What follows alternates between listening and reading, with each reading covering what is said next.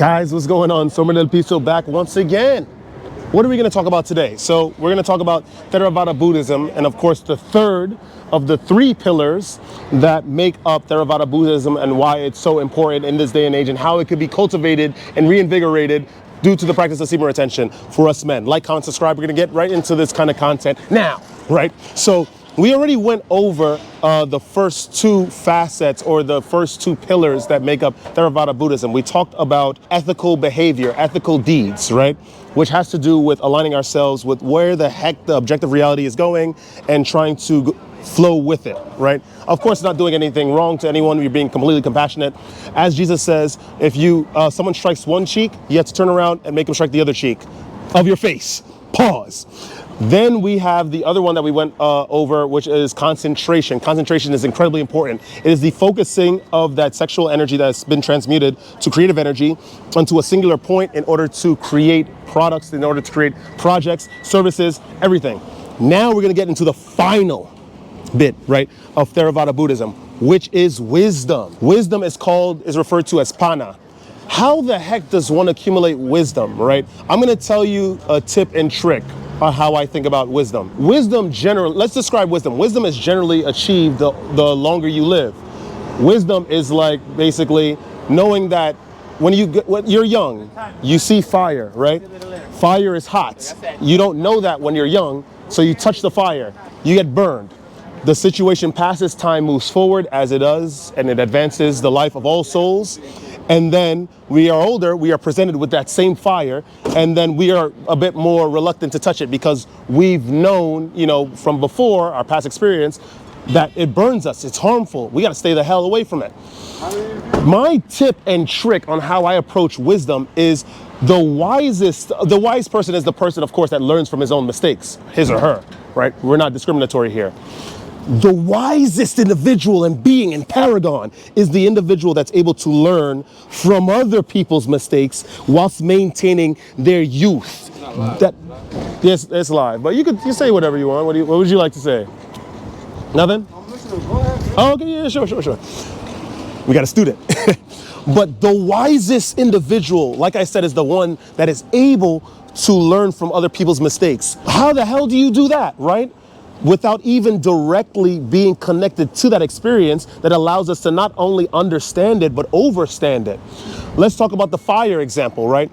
By studying perhaps old texts that talked about how dangerous fire is, right? We could understand from their passionate prose, right? The very descriptive writing, the descriptive descriptions, right? Explaining explanations. I try to be a little crafty here. But you can guess from the passion of their writing that perhaps fire is this very primordial, ancient, scary entity that we need to stay away from unless we get burned for eternity, right? And of course, as you guys, the intellectuals that are listening to this stuff could be applied to many various things. Well, how the heck can someone ascertain true wisdom from regular old run-of-the-mill wisdom, right? It's all the same at the end of the day, but one needs to obtain that Hindu concept of viveka, discernment. How the heck does someone develop discernment? Now we're going to get into semen retention, right? When you are celibate as a man, when you are completely retaining, you become you open up your perception, right, of the mind. You're able to perceive things of the higher realms, things of the higher planes of thought, everything. And this stuff peers right into you and it becomes part of your experience. The subconscious envelops this experience and projects it in every successive day. And then it slowly becomes you, granted that you maintain the conditions. When you do this, you obtain this faculty of deep, intense observation, where you are able to now look at something and instantly understand the nature of that thing. This comes about after months of practicing semen retention. I've been on the practice myself, 11 months. At the end of this month, it's going to be a full year that I have not, released.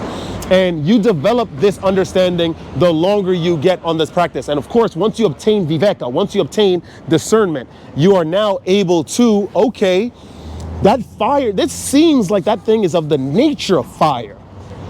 And I know that fire is dangerous. I want to stay the hell away from it.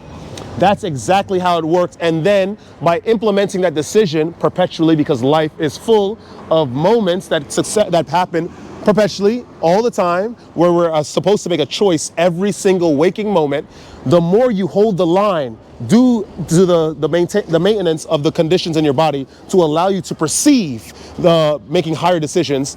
That is wisdom, true wisdom. Buddha knows this, Krishna knows it, all the gods know it. The ascended masters, they all envelop this. It's just a waking behavior that they just have. We know that semen retention allows us to get in touch with true nature, right? True wisdom. Remember, and wisdom, when you envelop true wisdom, it's maintaining the youthfulness of the body whilst understanding what there is to be understood about life, the objective things. Whereas there is no... What's up? How much you gonna pay me? Pay you for what? Say the wisdom I gotta say on I don't need to pay you. I don't want to pay you. I'm pretty wise myself, I heard. So the idea is to maintain your youthful nature as long as possible. What are some of the objective things that one go through in life in order to learn, right? In order to obtain wisdom? Fire is hot. Even as someone that is incredibly intelligent, that knows about metaphysics and the interweb of things, the physical world in concurrence with metaphysics, when you are amongst a group of individuals that don't necessarily know this, you don't need to talk about this information, right? Because it doesn't help. That's true wisdom, right? By understanding that you don't need to do that without having to do that, right? And then learning afterwards, after you get some scorn, after you get some aggression, some sort of counterattack that from the people that you're trying to teach, even though you have good intentions, it is just not helpful, not necessary for you to always impart wisdom where it's not asked for. Right? That's part of wisdom. That's something that one learns as they live. Of course, like I said, the harbor of true wisdom is the individual that sees that experience and sees the backlash and understands that that's just not the thing to do. That means that you're always sort of looking. You never directly experience anything, right? With that case, you're just looking and seeing how people respond to things and people, and then based on the responses that those people have produced, you sort of make a decision on whether you would like to indulge in that thing or make that decision yourself. Okay, that's not actually living. You're here in this finite space for a finite period of time. You got to experience life instead of just sitting on the sidelines watching everything like it's some sort of IMAX movie. Application of discernment now, right? Based on the conditions that you fulfilled in your body due to semen retention, being close to true discernment will allow you to see what experiences you should partake in yourself or not, right? You want to be wise. And some experiences, right? True wisdom is understanding that some experiences cause some samskara upon your personality, upon yourself, which allow you to perhaps accelerate to another plane of thinking, another plane of existence, right? Metaphorically speaking, you're not going to transcend worlds by sort of getting heartbroken, right?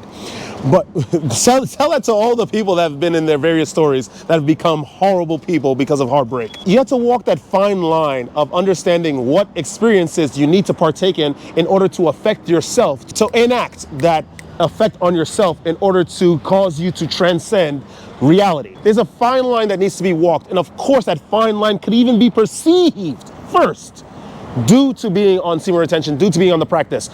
Guys, you must understand that this world is not necessarily going to help you with that journey of obtaining wisdom. It's not going to help you or hold your hand and bring you upon that road that leads us to the higher realms, right?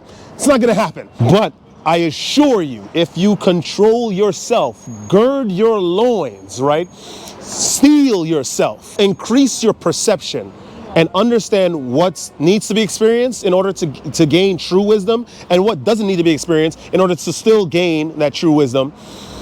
Once you do that, you will understand so much about this world. This is all part of the pillars of Theravada Buddhism. You don't need to want to be a Buddhist in order to partake in this type of behavior. Rather, you just want to be a better person. You just want to advance. You just want to ascend. Encompass these behaviors in your vessel, right? We're going to redo a small recapitulation. We started with ethical behavior. How can you be ethical?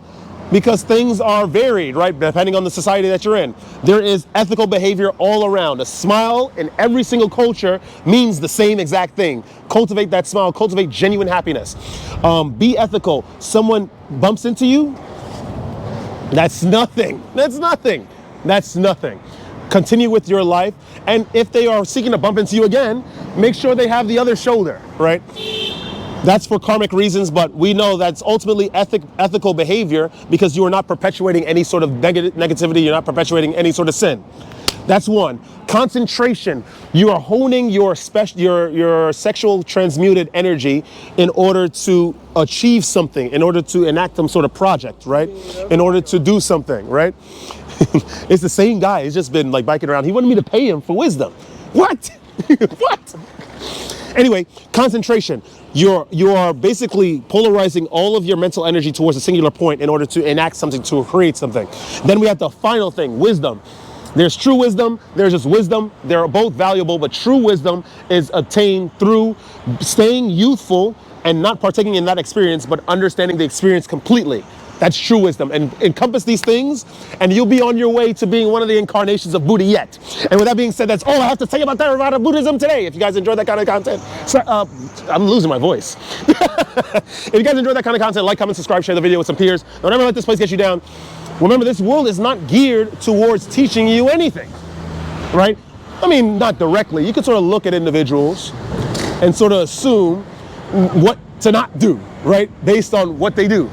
That's an incorporation of true wisdom. It is all up to your personal efforts and self-control and discipline that will get you to the higher places, that will get you to the higher realms, right? Concentrate, steadfast, control yourself. Do not be tempted by the things of this world because it's not going to teach you crap. It's only going to keep your pockets low, and it's going to keep you much more destitute and needing of people that have not undertaken the journey in the first place. Guys, let's be smart, right? Don't let this place get you down, and stay radiant. I shall see you guys in the next video. Woo!